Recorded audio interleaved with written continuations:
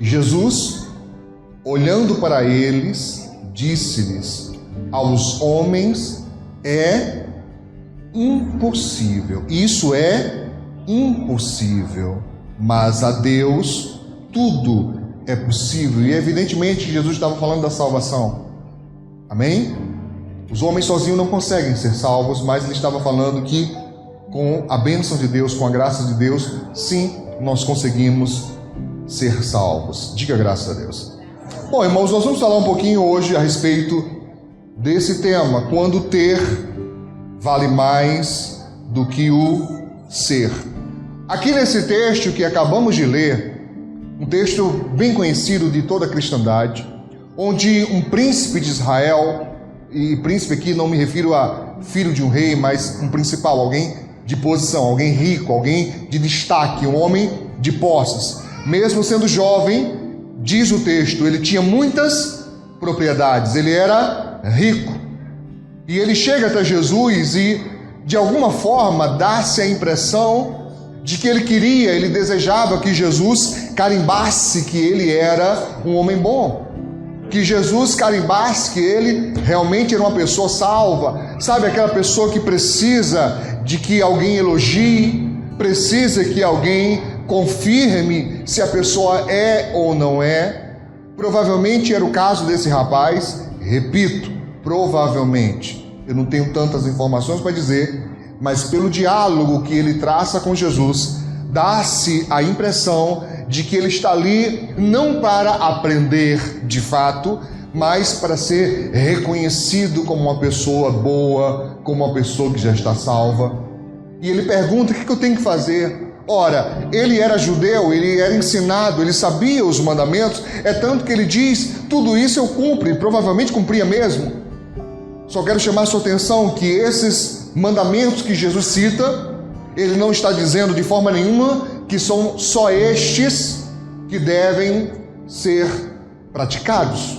Mas ele faz um apanhado geral, é como quem diz: olha, você sabe o que tem que fazer, faça. E o rapaz vai e diz: olha, desde que eu sou criança, eu pratico isso, verdade? O judeu fazia desde criança, aprendia, principalmente os que eram letrados, os que eram ricos, eles tinham acesso, a guardar essa informação de uma maneira muito mais acurada. Naquela época tinha-se os escribas, a lei de Deus era em pergaminhos, e apenas o pessoal que era responsável pelas sinagogas é que guardavam os rolos, mas as pessoas eram convidadas para estarem lá, e muitas vezes convidadas a estar presente ali para estudar a palavra de Deus. Amém? Mas o que ele queria? E Jesus então diz: você quer ser perfeito? Perfeito aqui no sentido de completo, perfeito no sentido de verdadeiramente alguém que alcançou a salvação. Jesus disse: falta uma coisa. Vai e vende tudo que você tem, dê aos pobres, você vai ter um tesouro no céu. Jesus não disse: você só terá um tesouro no céu. Entende a diferença? Mas ele disse: um tesouro no céu você já tem garantido, porque você está obedecendo a minha voz, está obedecendo a minha palavra. Depois volte e se torne meu discípulo. E de imediato aquelas palavras pareceram duras àquele rapaz, e ele não volta. Ele vai embora triste porque tinha muitas coisas. Note, ele abdica de ser discípulo de Jesus porque ele tinha muitos bens. E nessa noite eu queria te desafiar a pensar um pouco. Existe algo, irmãos, que tem prendido você? Será que existe algo que impede você de ser mais para Deus, de fazer mais para Deus? Algumas pessoas chegam e dizem: olha, pastor, é porque eu não tenho tempo. E essa é uma desculpa, queridos, muito usual. Muita gente diz isso, e as pessoas às vezes ficam zangadas, ficam tristes, ficam aborrecidas às vezes, porque nós falamos isso. É uma desculpa. Por que uma desculpa, pastor? Porque quando você fala eu não tenho tempo, dá-se a impressão que os outros que servem a Jesus têm tempo sobrando, e não é verdade. Quantos aqui, irmãos, domingo não, é mais tranquilo, mas na semana, quantos aqui mal tem tempo de tomar um banho? passa corrida em casa, né? Rápido ali, se molha, troca de roupa, vem ao culto.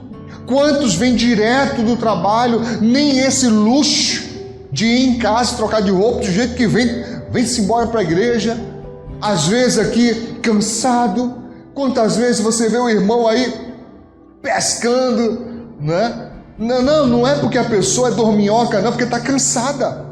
Um dia de trabalho, um dia de labuta, muitas vezes os pés doendo, as pernas doendo, e a pessoa está ali dedicando 1 hora, 1 hora e meia, 2 horas no máximo, porque ela sabe que isso é benefício para ela própria. Mas o outro fala: eu não tenho tempo, porque eu estou cansado, ou porque amanhã eu tenho que dormir cedo. E muitas vezes fica em casa, olha para o seu irmão aí, e não vai dormir não, irmãos. Liga a TV, vai ver uma série, vai ver uma novela, vai ver um filme, vai ver a internet, vai dormir cedo coisa nenhuma. Conversa fiada. A maioria vai dormir lá para as 11 e pouca, quase meia-noite, e tem gente que passa até, né? Tem gente que liga os aplicativos de mensagem rápida, sabe? Fica vendo aqueles vídeos engraçados e começa a rir. Quando se dá conta, passou 2 horas. Só desliga o celular porque está pitando ali, vai descarregar. E tem gente que ainda bota o carregador e continua. O bicho ali, sabe? Dizendo: desliga, pelo amor de Deus, eu preciso descansar aqui, preciso carregar. E a pessoa assiste carregando, a bateria pegando fogo. E o tempo daquele troço explodindo na tua mão. Porque o bicho não tem descanso, irmão. Não tem descanso. E tem gente que chega e fala assim: pastor, não sei o que é, meu celular só vive descarregado. Olha aí para essa cara pálida. Só vive descarregando meu celular, né?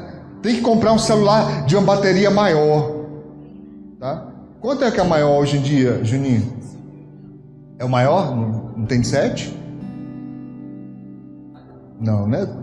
Eu para mim tinha saído de 7. Mas tá aí, a maior, de 5.000 miliamperes. Enche aí até o gargalo, né? Porque aí eu vou passar 4 horas ligado, assistindo. E quantas horas orando? Horas orando?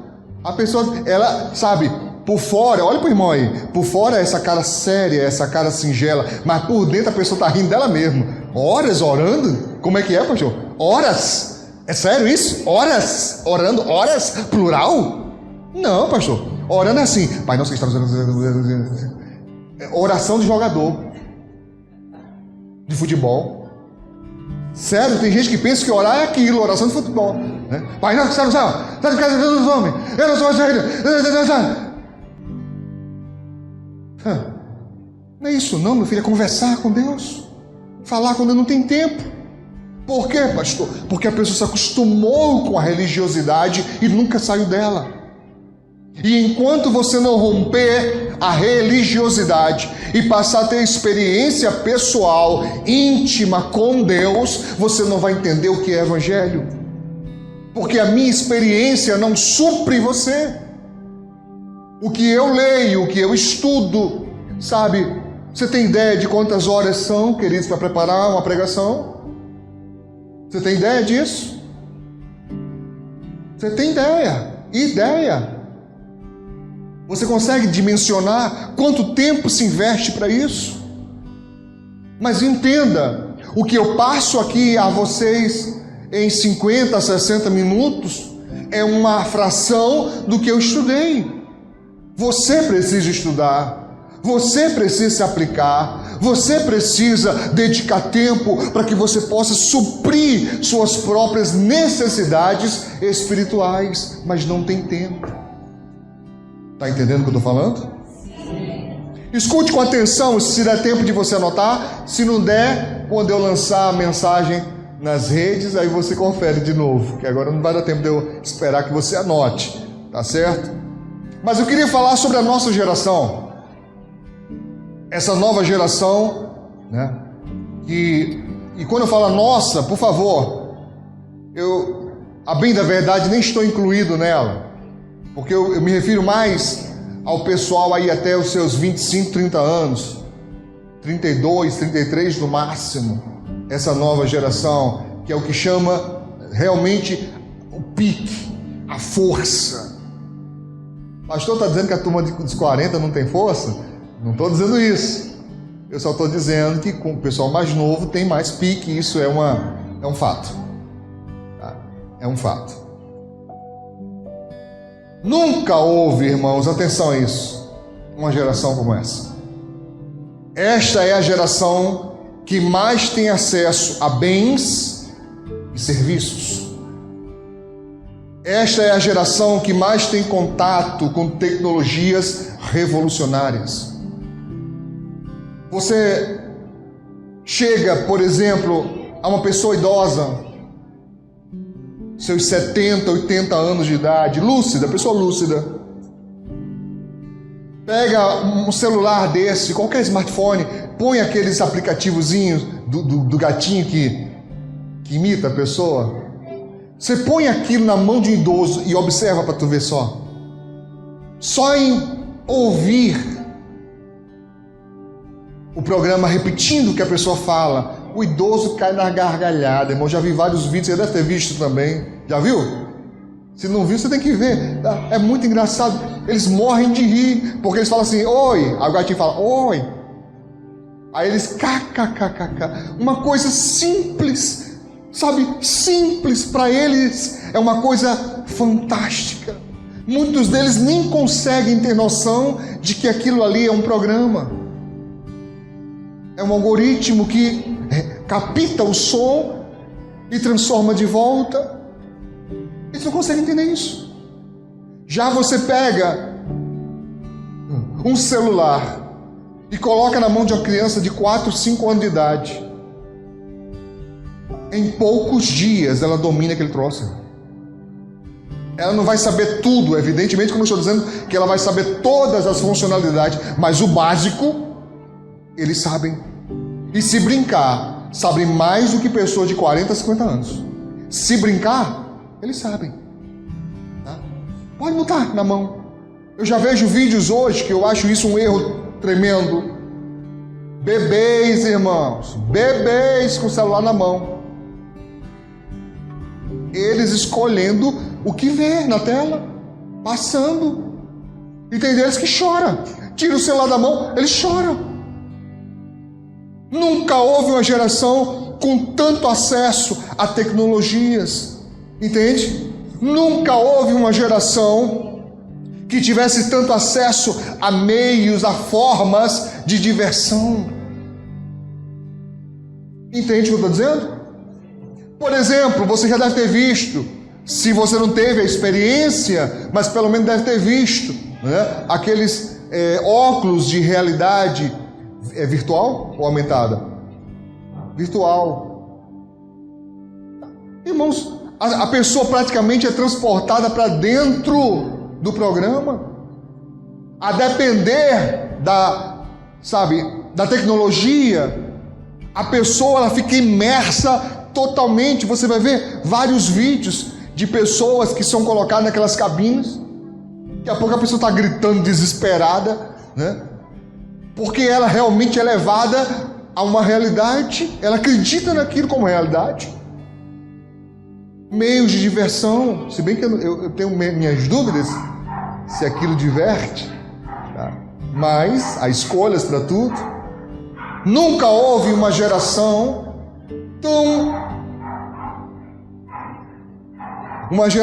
tão sexualizada, irmãos. Você há de convir comigo que o pessoal aí de 4.0, a turma dos 40, lembre, por favor, lembre como era você com 7, 8 anos de idade. Lembre as brincadeiras. Lembre como era, principalmente as meninas.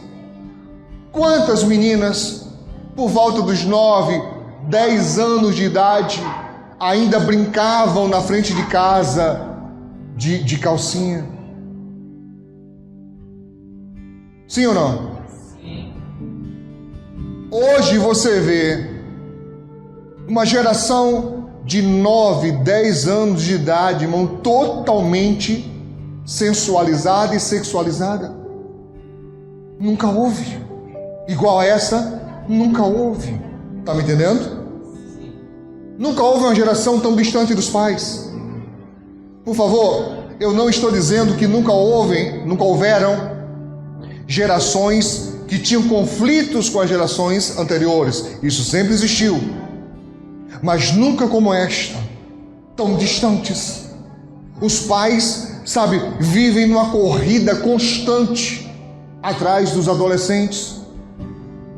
Porque eles, sabe, o tempo todo se afastando, parecem estranhos dentro da própria casa. Se trancam nos quartos. É ou não é? Você tem dificuldade de comunicação, você tem dificuldade, sabe, de interação.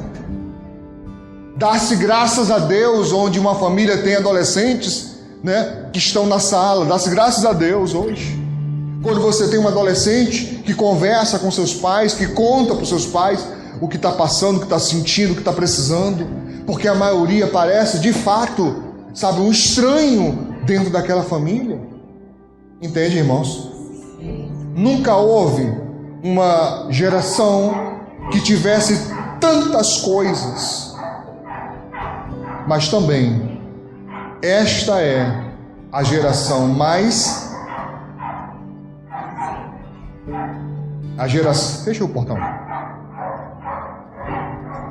Fecha aqui o outro aqui também, Deus. Esse outro. Só por enquanto.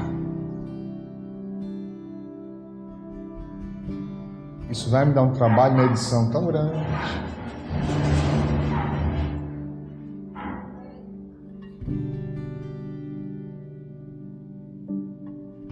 Eu pensei assim, isso é cor do cão.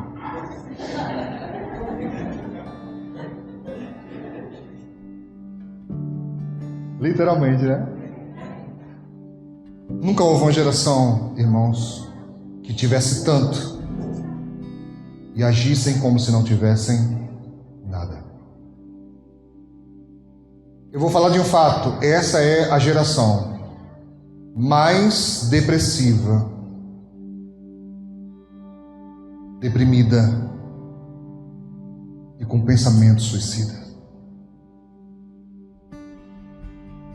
Eu sou de uma geração onde nós pegávamos latas de leite, furávamos nas duas pontas, colocávamos areia e um arame e pronto. Tava de boa, meu filho. Você está entendendo?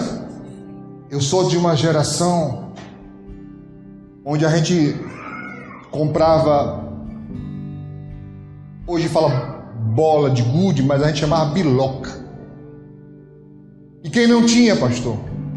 Pedra. A gente fazia com pedra lisa. Eu sou de uma geração onde a gente pegava um ferro, dobrava a ponta, fazia um risco de um peixe no chão e pronto. Diversão garantida. Eu sou de uma geração que quando não tinha nada disso à mão, a gente pegava um palito de picolé, fazia um morrinho de areia, botava no meio e o resto você conhece, né? Pernas para quem te quer. Quem corresse mais estava, né, salvo. O resto era peia nas costas. E a gente ria com isso. Ria com isso. Eu sou de uma geração que a gente juntava sacos, sacola plástica, um monte, e fazia uma bola. Eu sou de uma geração onde era comum os meninos arrancar o chamboque dos dedos. Que acolá chegava um e não estava nem aí, meu filho. E sabe o que a gente fazia para sarar? Tacava areia.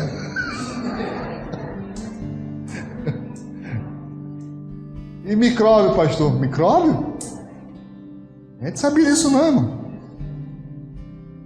A comida caiu no chão, a gente olhava e dizia assim: não vou dar gosto ao cão.